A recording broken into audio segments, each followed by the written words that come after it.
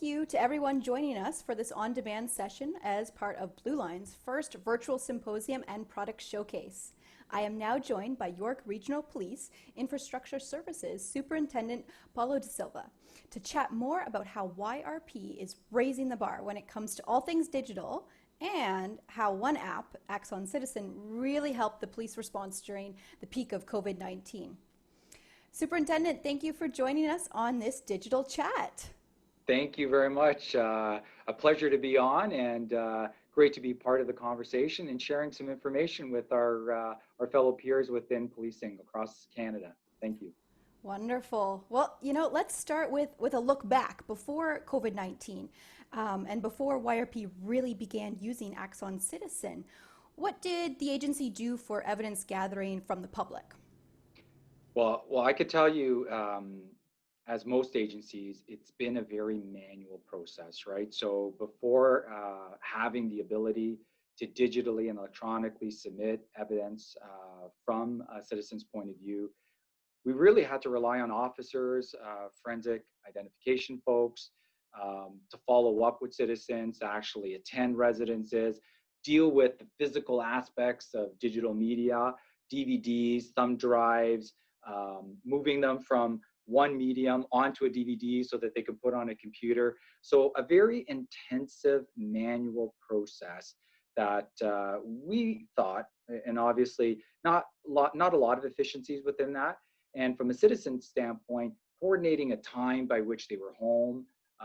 So there were added complexities in terms of obtaining some of that digital media. So very much so a manual process. Yes, the floppy disk days too, even before DVDs, right? Not too many people remember the floppy disk. Yeah, I'm older than I look, I swear. Yeah, somebody brought that up recently, a floppy disk. I thought, oh my goodness, I haven't seen one of those in a while. So yeah, very manual. Well, so Citizen for Communities, that's a public evidence submission portal that allows agencies to accept evidence provided by the members of the community electronically versus manually, and this is both during large-scale and smaller day-to-day events. So when did YRP first implement Axon Citizen, and how long did that implementation take? Well, I can tell you that our first implementation came as a result of COVID. So we determined an immediate need because obviously from a community safety perspective, from an officer safety perspective, that interaction in the midst of a pandemic was troublesome, and obviously for officers in terms of keeping them safe. And not only that, like from a citizen standpoint, making sure that we made them feel secure in terms of any interaction. So once the pandemic hit and we sort of had to change our business model, we stood up what we called a call diversion unit. And that call diversion unit relied on the ability for citizens to remotely and through Axon Citizen provide evidence through a link. So they would generate a call, the officers would speak to them on the phone, and either if it was a photo from a security camera, audio in terms of a statement that they provided, text documents that they could actually take a photograph and send to us. That was all facilitated through Axon Citizen. So we went into the pandemic and COVID with a great mechanism to actually continue operations and maintaining our level of service delivery to the public by actually leveraging Axon Citizen. And it was phenomenal. So our officers were, I could tell you, over the moon in terms of just having the ability to actually physically provide a link and then have all of this rich digital media evidence come in without any contact at all and within seconds, actually. Wow, and what great timing when we really, really needed that in with the social distancing measures and everything. So no, it worked out very, very well. Amazing. Was YRP able to customize anything about this technology? Was that even necessary? You know what? It wasn't necessary. It actually, the program works flawlessly. So it's really a click of a button. And from a training perspective, we've had many engagements with our community in terms of submissions without one training exercise. So they get the link And it's pretty intuitive.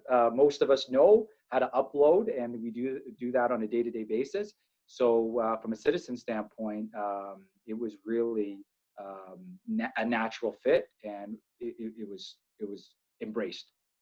Well, that kind of almost answers my next question. I was curious, was there any challenges with implementation or with training? But it sounds like everything was pretty smooth sailing. Yeah, the program is really intuitive from the actual officer standpoint and from the citizen standpoint.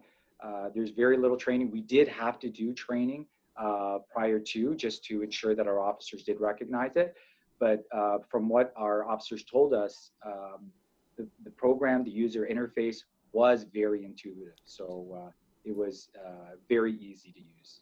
Fantastic. No, that's great news. So you talked about why YRP chose this technology, but I'm curious, did the public start using it right away? Or is there a mobile version for those that aren't familiar with it versus a desktop version? How are most people utilizing it? So from the citizen perspective, it's really a link, and so it doesn't matter. It's really device agnostic. You can leverage it on a computer as long as you have an email address and you're able to receive the actual link. You can then click on it and upload it and enter the information. So from a mobility perspective and from the community perspective, it allows for multiple forms and devices, right? So there was no issues in relation to from an adoption perspective and a use perspective, accommodating any type of device for submission of public evidence. Fantastic. Very flexible. I love it. So the use of Axon Citizen, as you mentioned, has been really critical during the recent pandemic, and it allows our officers to stay safe, maintain social distancing during those non-emergency calls. Do you have any concrete examples you'd be able to share with us about how this technology has really changed officer safety during COVID-19, or any other officer feedback that you are able to share? Well, I could tell you that like the greatest impact was in terms of the height of the pandemic, right? Minimizing that contact between officers and citizens, which were on both sides concerned about their own safety, right? Um, yeah, at the beginning stages, testing wasn't readily available.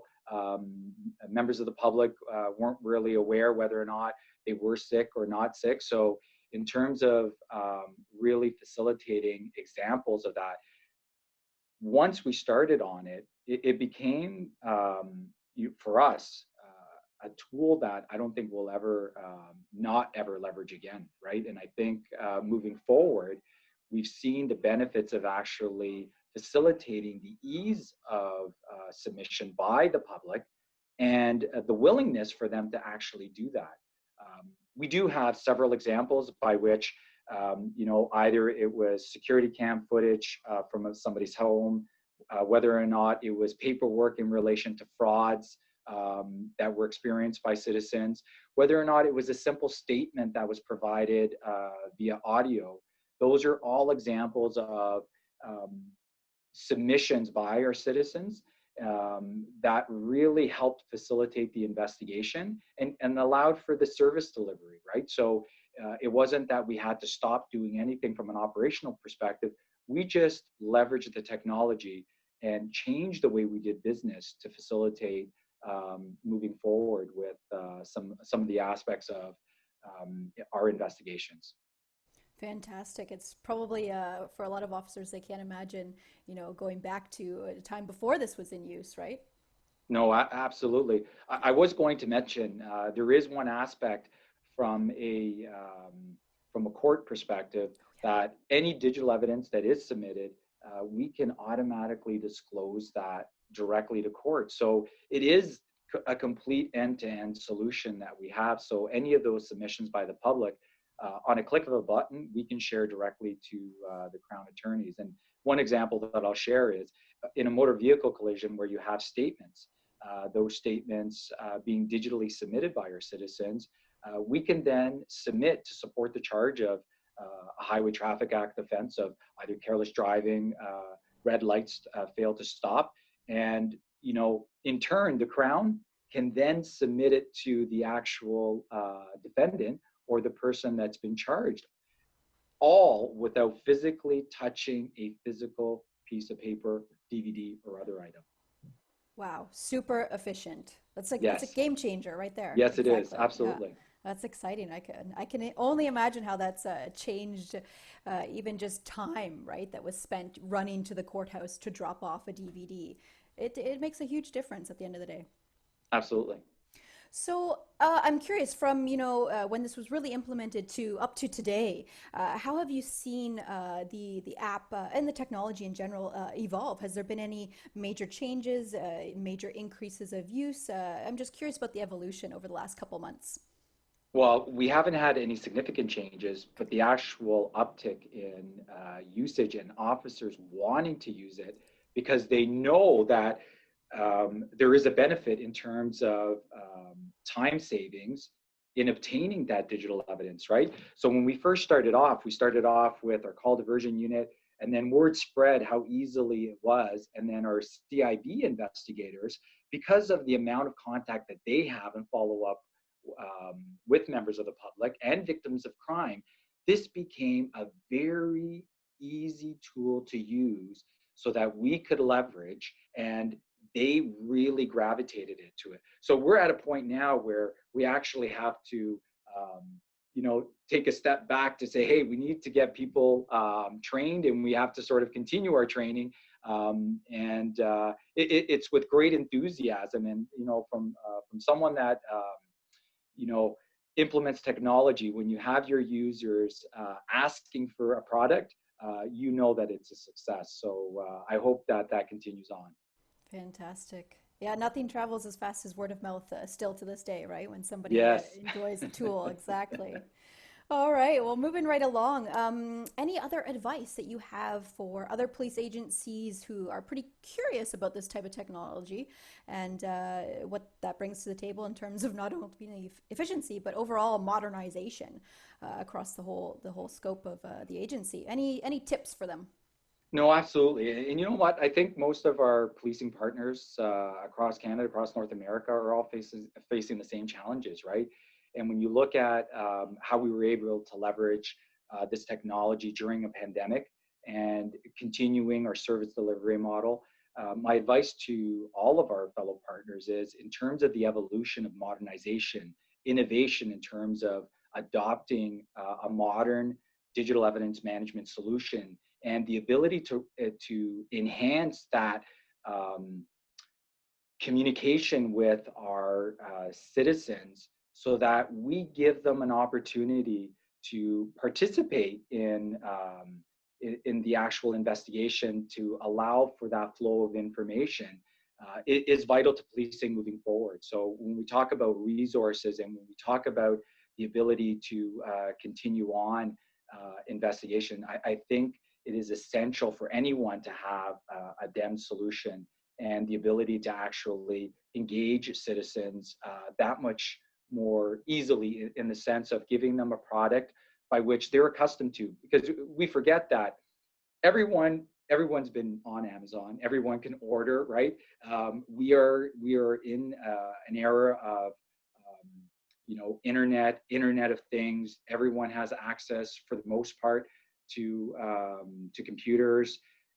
We have to sort of adopt to the changing environment of our communities and offer technology that will really enhance that community safety partnership. So from a digital evidence management perspective, from a citizen perspective, I think we always have to think about how we actually receive information. And to be quite honest, it's no longer, although we have physical evidence, we've seen, due to social media, there is an, a very significant amount of digital evidence that forms part of our investigations, that forms part of us solving crime. So we really have to make sure that we adapt to the community need and facilitate that interaction with our community in a modern, 20th century type of way, without physically going there and saying, "Hey, can I have something?" And bring it back, right? And I think we're really going to see that advent really explode. And I would highly suggest for our community partners, which I know they're looking at, to sort of continue to adopt technology like this that will enhance that partnership and that ease of transferring of information. And I love how you tied in the community there because, of course, this is an app that's being utilized by the police service, but that community component and how it brings in a partnership and makes it easier for our citizens is also super key for why more should implement such technology. So thanks for sharing that. Absolutely. Well, last question we're down to. What do you think the future looks like for YRP in this ever-changing world of police technology? Any clues or hints you can give us for what's coming down the pipe? Well, you know what? We at York Regional Police, we pride ourselves in being leaders in the technology, and that's always been at the forefront of what we do. Um, we have a lot of things in store, so we're going to implement automatic license plate recognition software for all of our frontline officers later on this year into next year.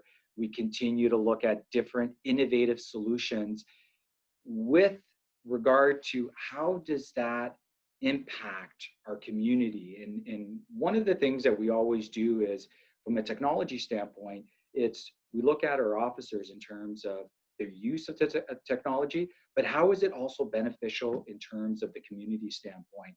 Because obviously we're in the business of community safety. So when we talk about business intelligence tools, so we have a strong business intelligence solution that we continue to leverage to ensure our citizens feel safe and secure by allowing them to be in the communities it in the right moments, right? And to be actually on patrol and doing things that we can leverage from an intelligence perspective and from a data analytics perspective. So anything that's innovative, that ties into that community, that makes it a little easier for our community to participate in terms of crime solving and that engagement piece is always at the forefront. We have a unique partnership that we're going to, I believe, complete later on this year. It's a very innovative company from the US, and they call themselves the Amazon approach to policing. And we're really intrigued. We've had a pilot with them that we've just finished, and perhaps on a subsequent podcast, I would really like to sort of fill in our peers in relation to what we're doing there, because I think it's a first for Canada. And once we finally finish that off, I would be more than happy to share that with our broader policing community. That is exciting. I'm going to stay tuned because I was frantically going, I have never heard of that Amazon for police. I got to look this Amazon up. approach to policing. Okay, yeah, well, stay tuned. We are definitely going to have a catch up about how that looks and unwinds at YRP. Superintendent, thank you so much for your time today. For everyone listening, we are also going to have a more detailed article on the DEM system at YRP and how they're really moving forward with technology in a future issue of Blue Line magazine. So make sure you're looking out for that too in an upcoming issue. Superintendent, best of luck, and we will definitely be in touch again to hear more about this Amazon approach.